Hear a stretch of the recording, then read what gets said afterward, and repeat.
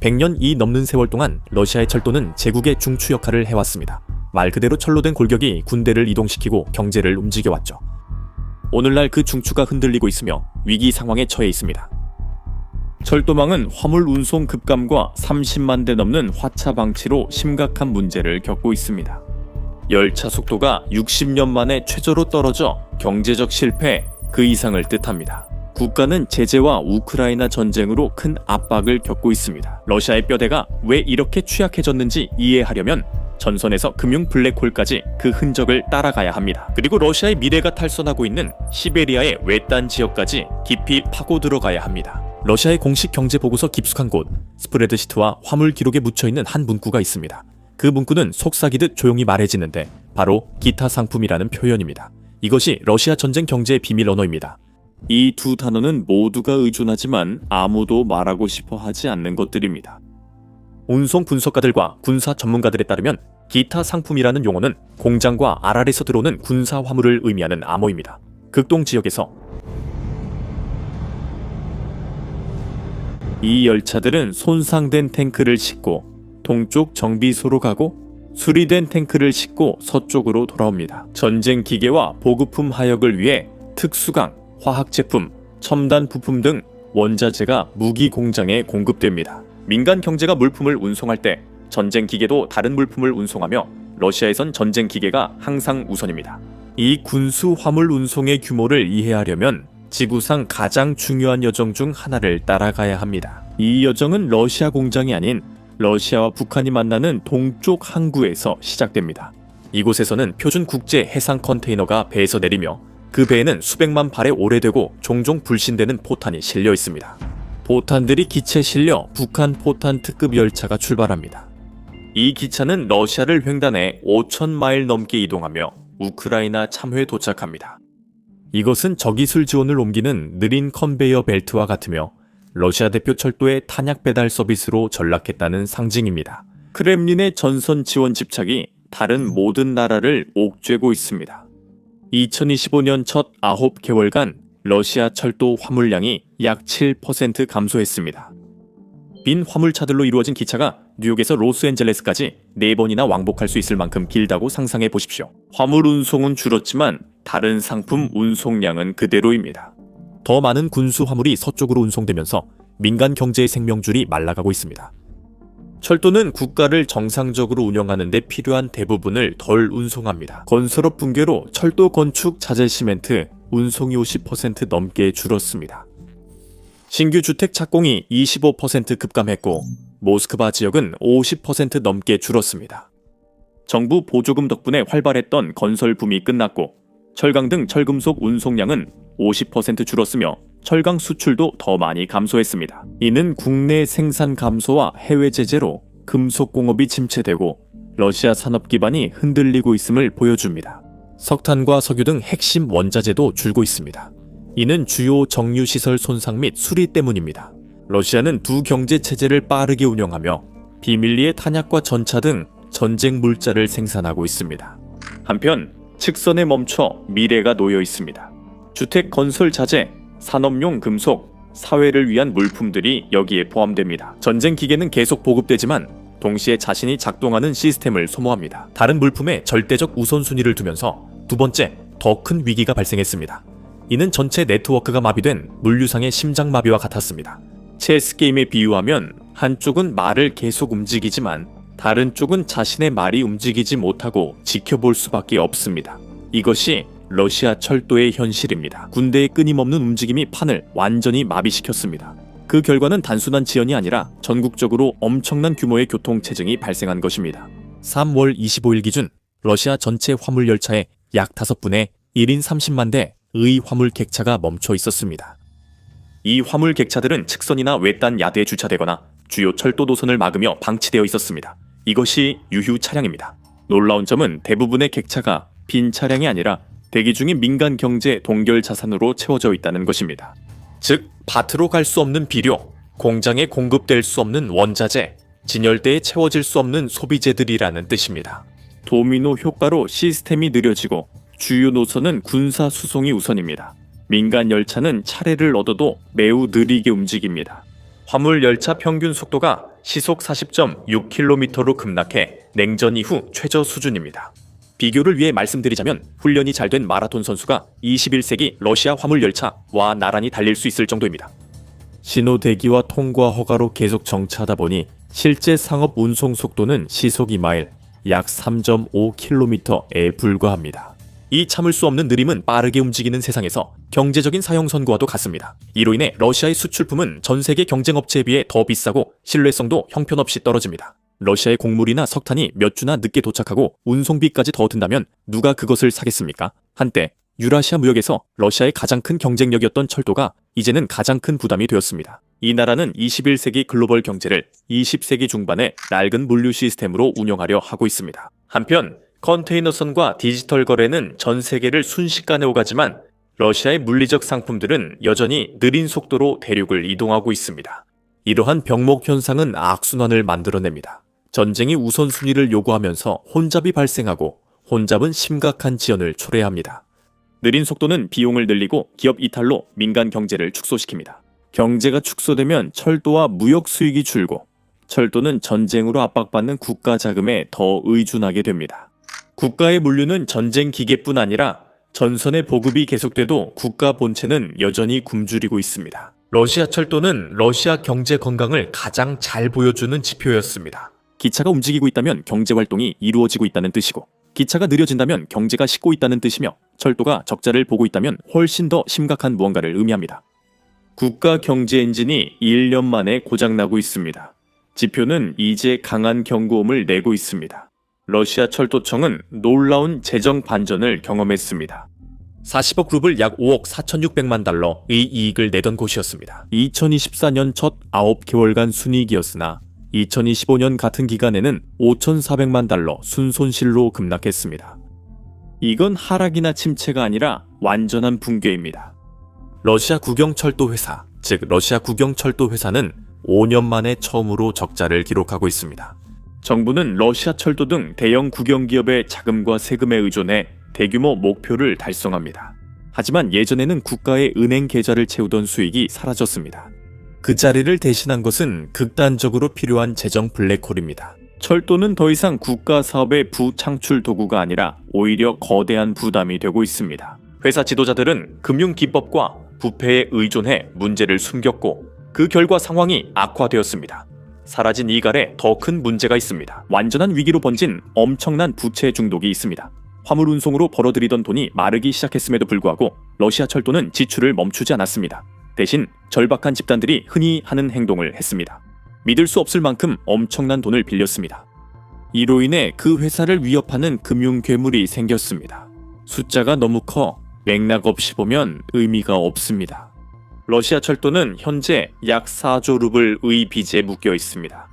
이를 이해하기 쉽게 말하면 대략 500억 달러에 해당하는 금액입니다. 이 금액은 몇몇 유럽 국가의 연간 경제 생산량보다 큽니다.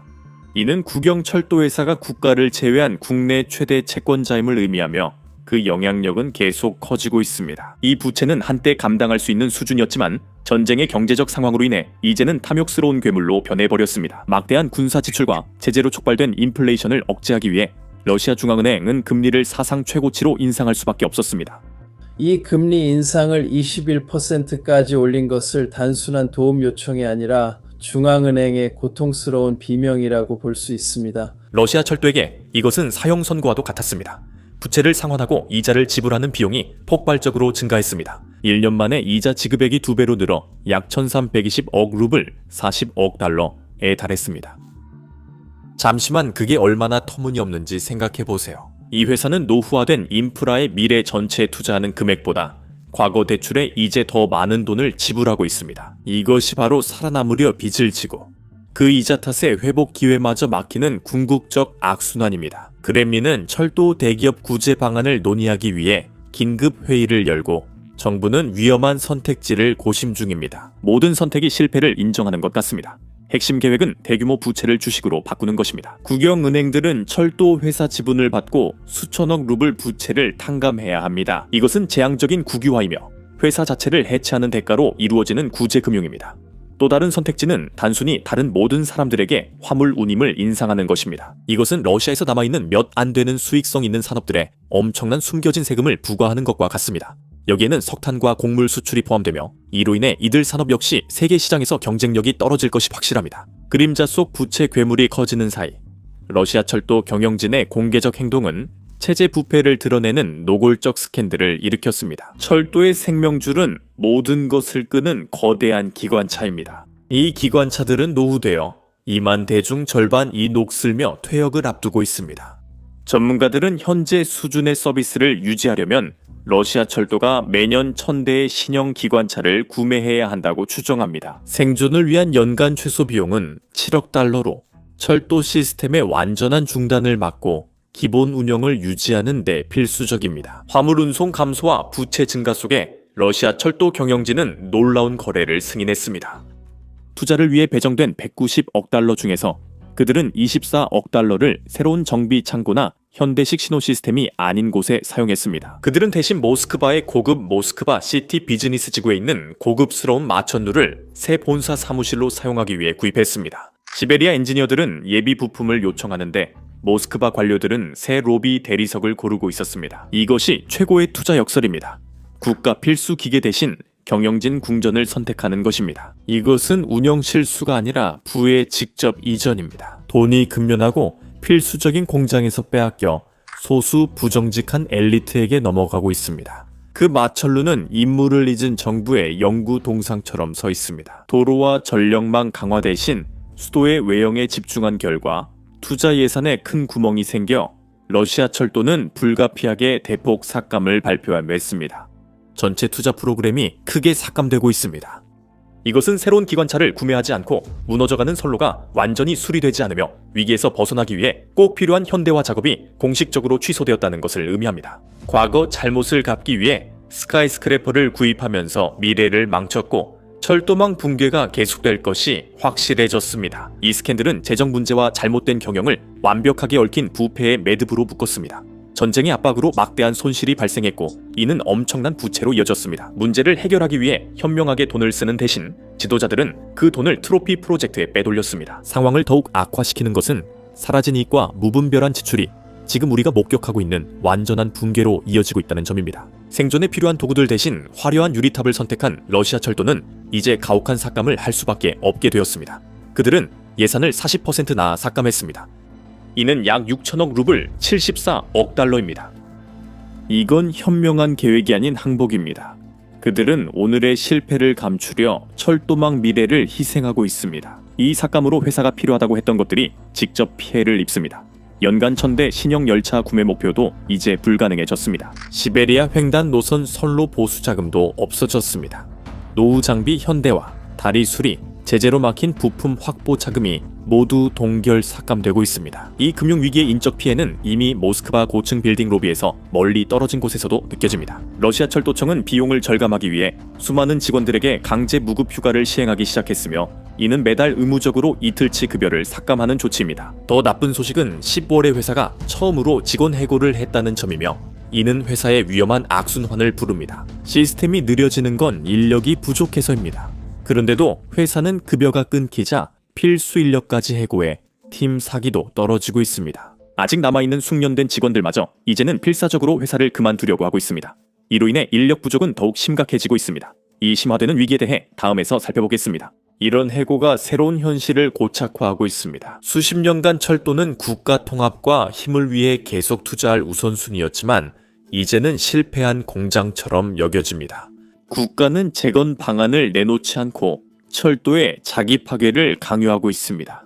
우크라이나 전쟁은 전선의 군인들뿐만 아니라 본국의 숙련 노동자들도 해체하고 있습니다. 부채는 수조 루블, 인력 위기는 수천 명 규모로 집계됩니다. 공식 수치는 매우 놀랍습니다. 러시아 철도청은 현재 엔지니어 500명 기관사와 승무원 3,000명이 부족합니다. 문제의 규모를 이해하려면 이렇게 생각해보세요. 매일 200대 화물열차가 운전 인력 부족으로 출발하지 못하고 있습니다. 그만큼 상황이 심각합니다. 이것은 단순한 가정이 아니라 실제로 매일 서비스 중단과 필수 물자 공급 차질이 계속되는 현실입니다. 인력 부족은 전쟁의 어려운 경제 상황과 높은 인력 수요로 발생합니다. 많은 숙련 노동자가 군대로 동원됐습니다. 더 많은 사람들이 군 입대자들에게 제공되는 막대한 금전적 입대 보너스에 이끌려 떠나고 있습니다. 그들에게 제한되는 금액은 철도에서 받는 급여와는 비교도 되지 않을 정도로 큽니다. 그리고 많은 이들이 미래가 불확실해 나라를 떠나 러시아 두뇌 유출에 동참했습니다. 철도 시스템은 국방부와 자금 경쟁을 하며 인력을 지키려 하나 크게 밀리고 있습니다. 우리가 논의한 재정 삭감이 위기를 더 악화시키며 악순환을 초래하고 있습니다. 강제 무급 휴가와 해고는 단순한 비용 절감이 아니라 남은 직원들에게 신호를 보내는 일입니다. 이 조치들은 엔지니어와 운전색의 일이 존중받지 않고 미래가 불안정하니 떠나야 한다는 신호를 줍니다. 그래서 시스템이 그 어느 때보다 인재를 유치하고 유지해야 할 때 오히려 적극적으로 인재를 내쫓고 있는 셈입니다. 인력 유출이 가속화되며 유지 보수가 부실해지고 철도망 복원력 약화로 지연이 더 길어질 전망입니다. 이런 인적 위기는 철도 문제를 기계적에서 존재론적 문제로 전환하고 있습니다. 기관차와 선로는 시간과 부품이 있으면 수리 및 교체 가능합니다. 하지만 시베리아 횡단철도의 굴곡을 잘 아는 숙련 기관사의 깊은 지식은 어떨까요? 소리만 듣고 엔진을 고치는 기술자의 능력은 수십 년 경험에서 나옵니다. 이런 전문가는 쉽게 대체할 수 없습니다. 전쟁과 정부의 자금 부족은 장비뿐 아니라 철도의 기억도 지우고 있습니다. 즉, 내일 돈이 돌아와도 시스템 운영 인력이 거의 없다는 뜻입니다. 숙련 인력 상실은 명확하고 고통스러운 결과를 낳습니다. 그들이 고치던 기계들이 고장나고 있습니다. 현대 기차 엔진은 세계 각국 부품으로 만들어지지만 서방 제재로 공급이 중단됐습니다. 수리소들은 고장 기계의 무덤이 되었고 이는 제재와 굶주림의 위기입니다. 특수 베어링, 첨단 전자장치, 복잡한 유압 시스템과 같은 핵심 부품들은 한때 유럽과 전 세계에서 수입되었습니다. 이제 그 공급망은 끊겼습니다. 그 결과는 완전한 정지가 아니라 점점 악화되는 고통스러운 절뚝거림입니다.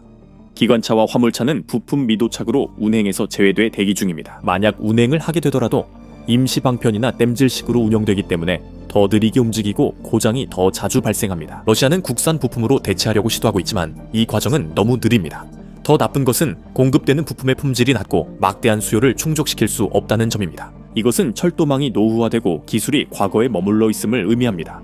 이런 쇠퇴는 미래 생산 라인도 제대로 작동하지 않아 심화되고 있습니다. 러시아에서 새 기관차 생산이 2025년 상반기까지 지연되고 있습니다. 주요 도선 전기 기관차 생산이 13% 디젤, 기관차가 6% 감소했습니다.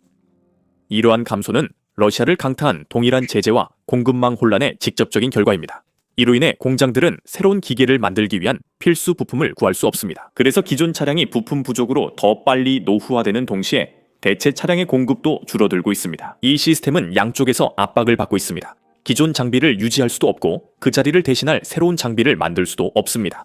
이로 인해 카니발라이제이션이라고 불리는 절박하고 파괴적인 관행이 나타나게 됩니다. 중요 기관차를 다시 운행하려면 철도 정비사들이 작동 펌프, 제어 패널, 발전기 등 사용 가능한 부품을 다른 열차에서 떼어내야 합니다. 차고에 세워진 것은 한 환자를 살리려 다른 환자를 희생시키는 외과적 강탈과 같습니다.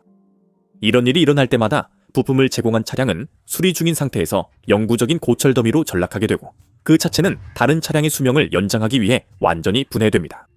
철도 시스템은 예비 부품 풀이 줄어들고 있어 인력과 기계의 쇠퇴가 큰 기회가 됩니다. 이 취약성은 직접적인 공격을 유발하며 러시아 철도의 이야기를 쇠퇴에서 전쟁으로 바꿉니다. 속보 시청자 여러분, 러시아 서부 레닌그라드 지역의 서로 다른 곳에서 두 대의 열차가 탈선했습니다. 일요일 이른 아침 사고로 기관사가 숨지고 철도 교통이 마비됐습니다. 이 사건은 러시아 서부 오리올 지역의 철도 구간에서 폭발물이 터진 지 몇 시간 만에 발생했습니다. 러시아 철도망이 우크라이나군의 사보타주 표적이 되고 있습니다. 이러한 공격들은 더 이상 우연한 사건이 아니라 시스템의 작은 균열을 완전한 붕괴로 이어지게 하려는 계획적인 노력입니다. 제재는 부품 공급을 막고 부실 경영은 자금을 낭비하며 사보타주는 가장 취약한 지점에 강력하게 타격합니다. 전략은 병목 지점을 노리는 것입니다. 2025년 11월 극동 하바롭스크 소스노프카 인근 시베리아 횡단철도에서 폭발로 화물열차가 탈선하는 큰 타격이 있었습니다. 이곳은 단순한 철도가 아니라 태평양 연안에서 우크라이나 전선까지 탄약을 운송하는 북한 쉘 익스프레스의 핵심 동맥이었습니다. 그 폭발은 단순히 한 대의 열차만 파괴한 것이 아니었습니다. 그것은 전쟁 기계의 보급을 공급하던 주요 물류 노선을 끊어놓았고 중요한 기간 동안 그 핵심 구간의 모든 교통을 중단시켰습니다. 우크라이나 정보부와 동맹 저항 단체들은 단발적인 폭발을 넘어서 기관차 자체를 대상으로 한 지속적인 방화 작전을 벌이고 있습니다. 파괴 공작원들이 인화성 혼합물로 러시아 수리 창고와 철도 야드에서 여러 기관체 불을 질렀습니다. 그들은 지연이 아닌 제어 시스템과 연료 탱크를 노려 기계를 영구적으로 파괴하려 합니다. 이런 공격의 심리적 충격은 물리적 파괴만큼 심각하며 시베리아 같은 내륙 지역도 안전하지 않음을 보여줍니다. 이로 인해 러시아는 부족한 자원과 인력, 보안 및 수리 인력을 일상 유지 보수 대신 수천 마일 철도 경비에 투입해야 합니다. 이것은 두려움과 불확실성을 조성해 무급 휴가와 해고 위기의 노동자 사기를 더욱 저하시킵니다. 이 공격은 교통체증과 의욕 없는 노동자들이 운영하는 철도망, 교체 불가한 노후기계에 의존하는 상황을 노립니다. 세바투르들은 전체 시스템을 파괴할 필요 없이 이미 무너지는 시스템에 마지막 밀기만 하면 됩니다. 트랜스시베리아 철도의 혼잡한 단선 구간은 한 번의 정확한 폭발로 11개 시간대의 지연이 생길 수 있습니다. 우크라이나의 사보타주는 이미 무너지기 시작한 구조물에 압력을 가하는 것입니다. 이러한 공격과 시스템 붕괴의 결과는 유럽 시장이 대부분 제재로 인해 닫히면서 러시아가 아시아로 방향을 전환하는 데서 가장 뚜렷하게 나타납니다. 크렘린 경제 전략은 중국의 막대한 자원 수요 충족에 달려 있습니다. 그 꿈은 시베리아 횡단 철도와 바이카라무르 본선이 동서양을 잇는 새로운 실크로드, 대용량 교량이 되는 것이었습니다. 현실은 이 전설적인 노선들이 과부하로 인해 제대로 작동하지 못하고 있다는 것입니다. 주요 구간은 여전히 단선으로 남아있어 열차들은 반대 방향에서 오는 다른 열차가 지나가기를 조용한 숲속에서 몇 시간씩 기다려야 합니다. 그 직접적인 결과로 이 협력을 뒷받침하기 위해 계획된 거대한 지정학적 프로젝트들이 폐기되고 있습니다. 시베리아와 북서부 중국을 잇는 북부 시베리아 철도 계획이 크렘린에 의해 실현 불가능하다고 공식 선언됐습니다. 공식적인 이유는 1440억 달러라는 막대한 추정 비용 때문입니다. 하지만 사실 국영 러시아 철도는 이제 이런 초대형 프로젝트를 추진할 재정이나 운영 능력이 없습니다. 시스템이 불안정해 전 세계가 우회 방안을 찾고 있습니다. 중국은 러시아 철도 이용이 큰 문제입니다. 중국 관리들은 중앙아시아와 카스피해를 지나는 대체 경로에 투자하려 합니다. 철도는 최신식은 아니지만 더 빠르고 신뢰할 수 있습니다. 많은 기업이 유럽 해안을 도는 선박 운송을 선택합니다. 시간은 더 걸리지만 저렴하고 안정적입니다. 무너져가는 철도 시스템은 특히 외딴 지역에 사는 일반 러시아 시민들에게 큰 타격을 주고 있습니다. 정부는 수출로 계속 돈을 벌기 위해 중국으로 가는 열차가 우선적으로 운행되도록 하고 있습니다. 이 때문에 러시아 도시로 식량, 의약품, 생필품 운송 열차가 밀리고 지연되고 있습니다. 오랜 시간 동안 정부는 전쟁과 무역 자금을 계속 마련하기 위해 자국 국민들의 필요를 사실상 무시하고 있습니다. 상점 진열대가 비고 나라가 무너지는 느낌이 확산되고 있습니다. 철도는 경제 성장 대신 내부적으로 스스로를 파괴하고 있습니다. 드론 공격 장면을 많이 보여주는 영상은 사람이나 러시아 군인이 다치지 않아도 문제가 있습니다. 영상에서 유튜브는 보통 저희 영상을 수익 창출 제한하거나 제한을 겁니다. 실제로 지난주에만 4개의 전쟁 관련 영상이 유튜브에 의해 수익 창출이 제한되었습니다. 드론 공격 장면이나 심지어 최전선에서 촬영한 영상도 광고주에게 적합하지 않기 때문에 이런 영상들이 제한을 받는 것입니다. 하지만 이것이 현대 전쟁의 현실이고 우크라이나인들이 싸우고 살아남으려 애쓰는 전쟁입니다. 그래요, 저희는 이 모든 것을 다루는 것이 중요하다고 생각해 비즈니스 베이식스를 시작했습니다. 처음부터 직접 만들어 제한이 없습니다. 저희는 드론 공격 영상을 흐리게 처리할 필요도 없고 최전선 영상을 흐리게 처리할 필요도 없으며 러시아 공군기지가 파괴되는 장면도 흐리게 처리할 필요가 없습니다. 게다가 저희 사이트에는 광고도 전혀 게재하지 않습니다. 그렇게 하면 광고주들이 저희가 다루는 내용에 불만이 있다고 해서 저희 스스로를 검열할 필요가 없습니다. 저희는 광고로 사이트를 운영하지 않고 여러분의 후원으로 운영합니다. 그래서 이런 보도에 관심이 있으신 분이라면 저희 영상을 검열 없이 보고 유튜브에 없는 보너스 콘텐츠도 원하신다면 basicsinsider.com에 꼭 가입해주세요. 설명란 링크 클릭이나 QR코드 스캔으로 가입하면 저희의 모든 기존 및 신규 영상을 시청하실 수 있습니다. 게다가 여러분의 가입은 저희의 취재와 채널을 지원하는 데 큰 도움이 됩니다. 정말 감사드립니다. 제 이름은 샘이고 다음 영상에서 다시 뵙겠습니다.